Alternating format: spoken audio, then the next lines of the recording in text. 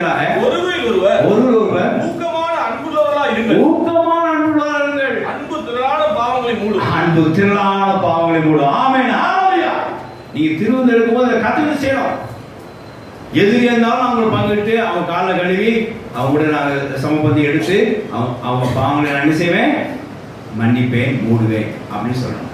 இதுதான் பிதா பூர்ண சர்க்குணக்குள்ள நீங்களும் சர்க்குணக்குள்ள மாறலாம். ஒருவேளை இன்னைக்கு ஆகிறார கூட சீக்கிரமா அந்த மாதிரி பக்குவத்துக்கு வரணும். தேவனுடைய சந்தோஷம் உண்டாதாக. ஆகையான இங்கே ஒரு அன்பு பார்த்தோம். என்ன அப்படின்னா தேவனுடைய அன்பை பார்த்தோம். எதிரி தெரிஞ்சு கூட கர்த்தர் பந்திற்கு அனுமதி கொடுத்து என்ன செய்யணும்னு சொல்லி அழைத்தார். அவன் பாவத்தை மூடுவது தான் அவர் முயற்சித்தார். தேவனுடைய சந்தோஷம் உண்டாதாக. அப்படி ஒரு அன்பை அங்கே காட்டினார். அன்பு சகல பாவங்களை மூடுவோம் என்கிற ஆதாரமாய் இயேசு அங்கே மாதிரியை காண்பித்தார். அதனால் நாமும் பூர்ண சர்க்குணம் ஆகத்தக்கதாய் தேவ இயேசு அன்பை வெளிப்படுத்தக்கதாய் இந்த திருவிருந்து பங்கு கொள்வோமாக. தொடர்ந்து நம்ம